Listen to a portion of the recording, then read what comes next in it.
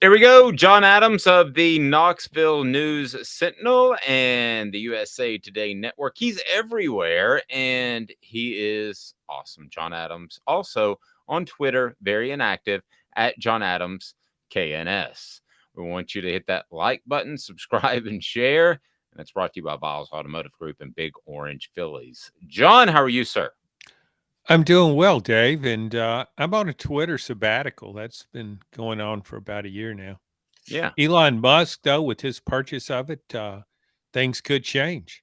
Yeah, and I Yeah. had somebody call me the other day. Their new business model is they threw out there $5,000 for a blue check mark, and I passed. But apparently, that's what's been going on. Nobody came to you about that because you don't use your Twitter, but that's fine. What you do use is a laptop and write incredible columns for the News Sentinel and have great insight and perspective. I want to look back on the college football playoff committee because I think that Tennessee is fine with Missouri, but I look at the college football playoff committee, and I predicted before that they would be number 5. What did you think before that announcement, and any surprise whatsoever?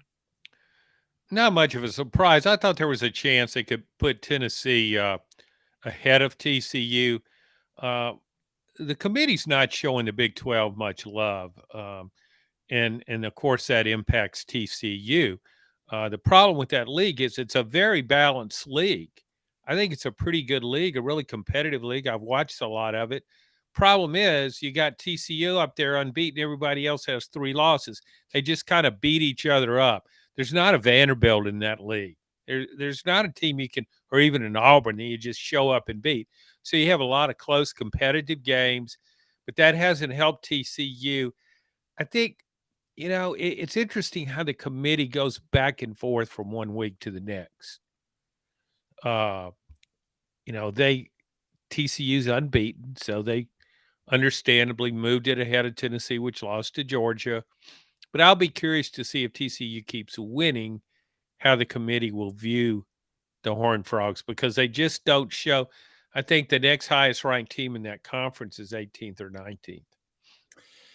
Yeah, it's almost a situation where I think the committee sometimes looks at these teams and they feel like that's a way to show them respect. Cincinnati last year, they were rated pretty high. Now it turns out Cincinnati won out and they had to show them the same respect and put them in the college football playoff. But you almost get the feeling with some of these teams that there's just kind of and LSU was one of those, like a tip of the cap.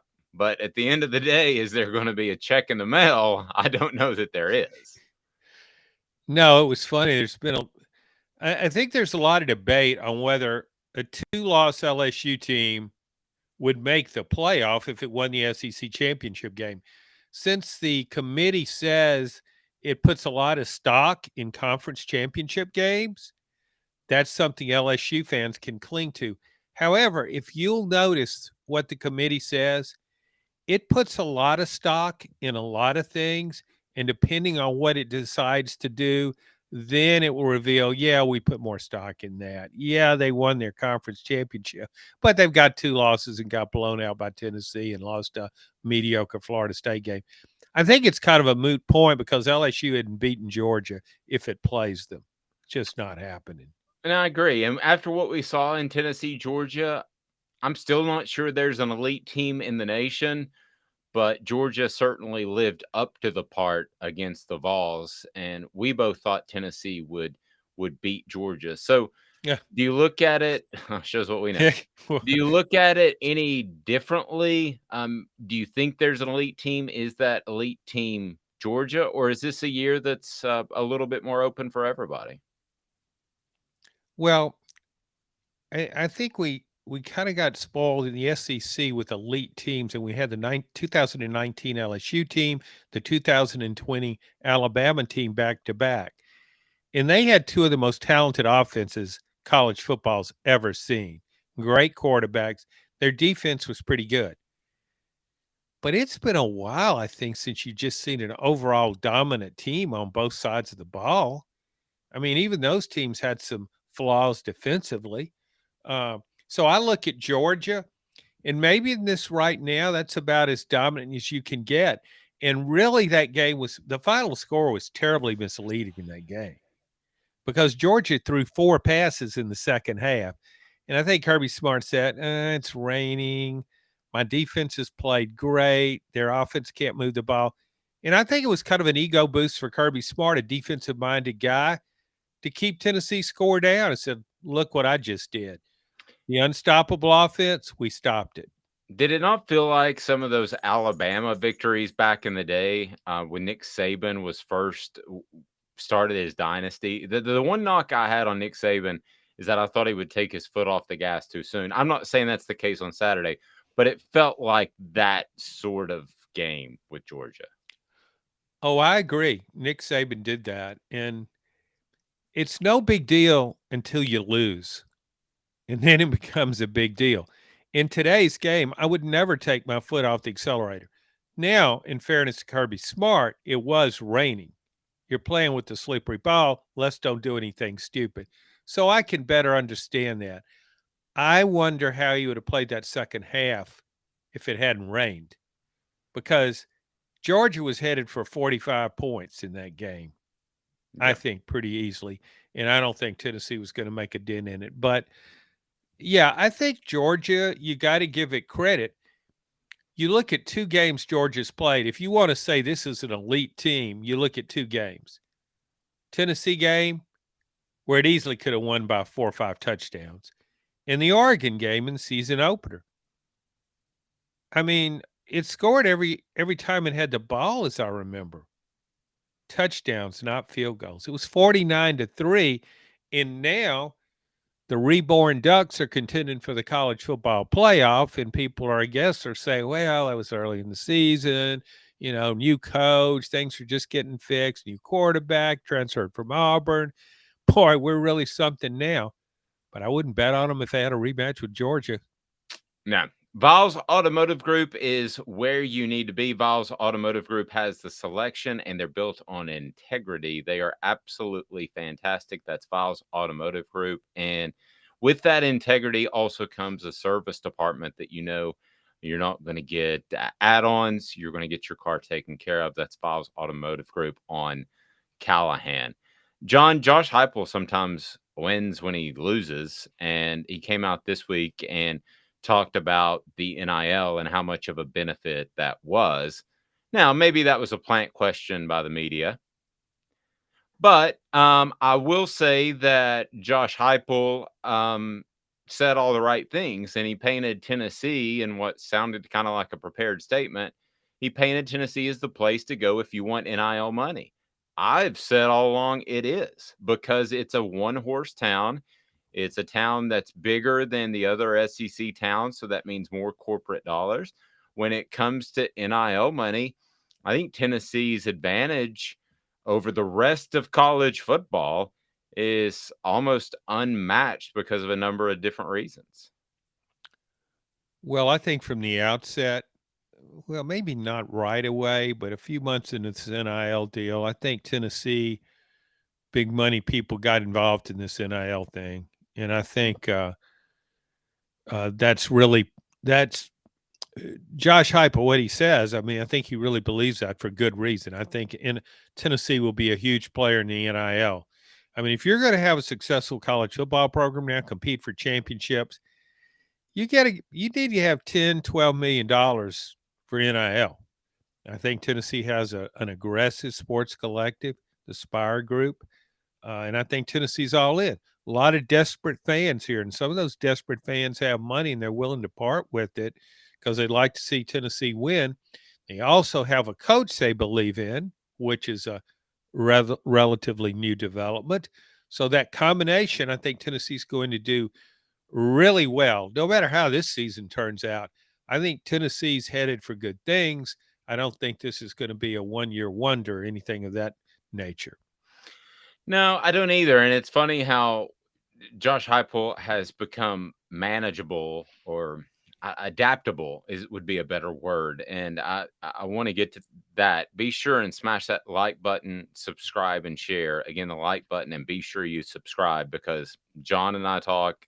We talk with NIL players, including Jacob Warren and Cooper Mays. It's all on our YouTube page. So set your notifications on for those to drop. And it's brought to you in part by Big Orange Phillies. Conversation with John and Big Orange Phillies, man, it just goes hand in hand like a great burger and fries. And they've got that at Big Orange Phillies on Maynardville Pike. So check them out, close to North Knoxville and Maynardville. Great place to hang out, family friendly, absolutely unbelievable. You will love it. So, John, at SEC Media Days, you've got Josh Heupel, who seemed very uncomfortable even talking about NIL. And part of that was because of the Nico Iamaleava news coming out that was potentially $8 million promised. And then this week, he's very comfortable with it. So I think that speaks to his intelligence, that he was unsure about it in the beginning, but he figured it out, knew exactly what he could say, and now the administration's all on board as well. So yeah, Tennessee's as aggressive as anybody out there as far as NIL money, and that can only help. Well, Dave, I think he was probably comfortable with it from the beginning. I think what's happened, I think the UT administration, namely athletics director Danny White, I think he's on board with the NIL thing. I think I can understand his trepidation earlier because Tennessee was in the NCAA crosshairs. But as that thing is played out, I mean, it's becoming very unlikely that Tennessee will suffer any serious penalties. And I think he realizes that you had to be competitive in the SEC and to compete for championships in college football. You got to go in all in on the NIL. And so I think he believes in it. And I think that's why Josh Heupel seems more comfortable with it now, because I don't think he wanted to say too much before because he was uncertain of how the administration viewed things. Hmm. Fair point. Definitely Danny White is on board. And what did you think about his public comments that they tweeted out, "Hey, we've got the NIL, we're all on board," and he rallied the troops. Um, it was pretty transparent. He was saying spend more money with the Vols. I mean, it was as salesman-y as you can possibly get, and there's nothing wrong with that. But he is saying that Tennessee's corporate advertisers can make a difference in Tennessee's football program. I thought that was very clear. Yeah, and again, I think because he's seen the light, I think and also because the NCAA, I don't think Tennessee's afraid of the big bad NCAA now about the way sentences are going down. I think Tennessee will be okay, no serious penalties based on the penalties they've already self-imposed.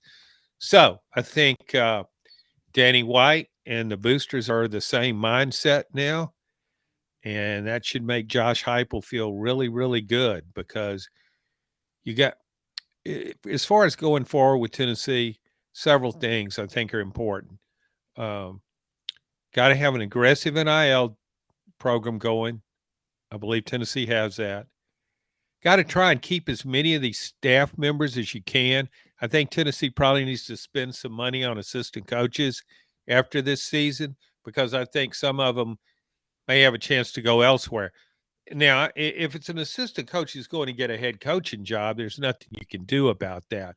But something that might prevent them is some school wants to bring in uh, coach and as a coordinator or something. Maybe Tennessee can be competitive there.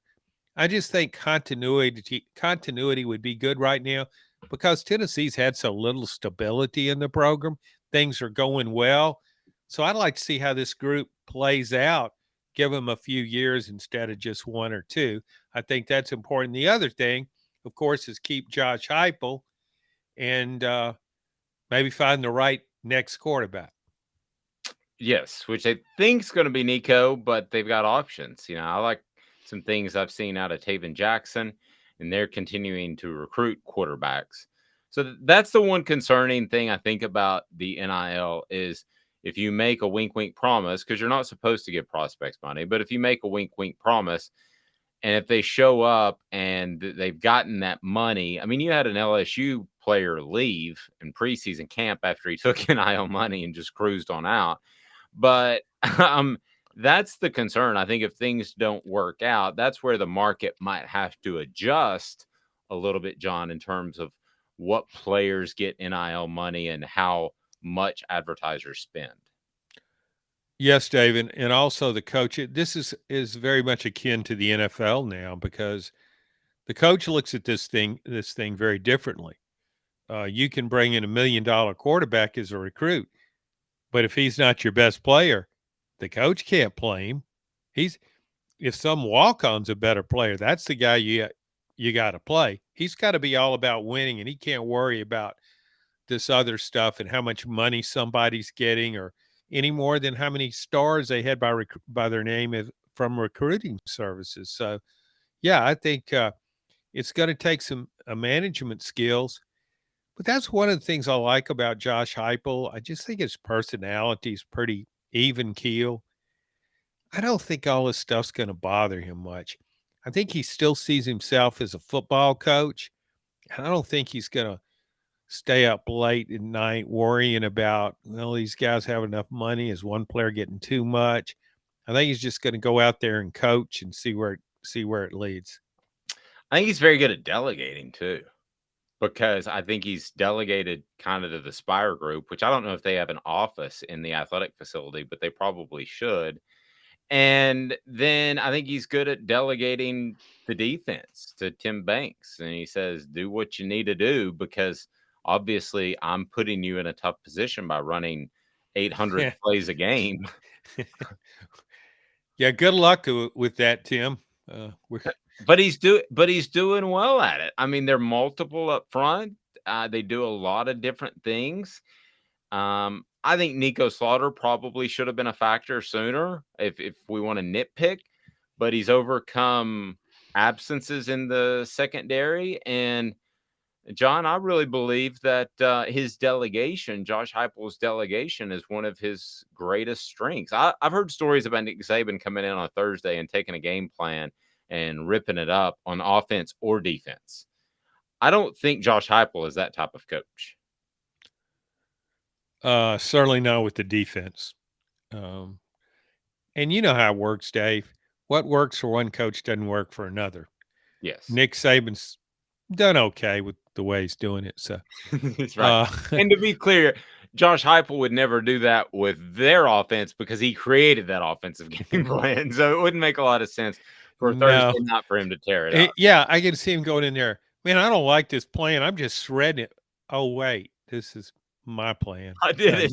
Never mind. Uh, but yeah, I just think there are a lot of good things about the program that are kind of that you think this will be. It will just keep moving along in the right direction because, for one thing, you don't really have to worry about the offense. Forget what happened against Georgia. That's a really good defense. I mean, they great defensive coach, great players, great plan, and all worked out. But not many people can do what Georgia did against Tennessee. They just don't have the players to do that with those particular skills.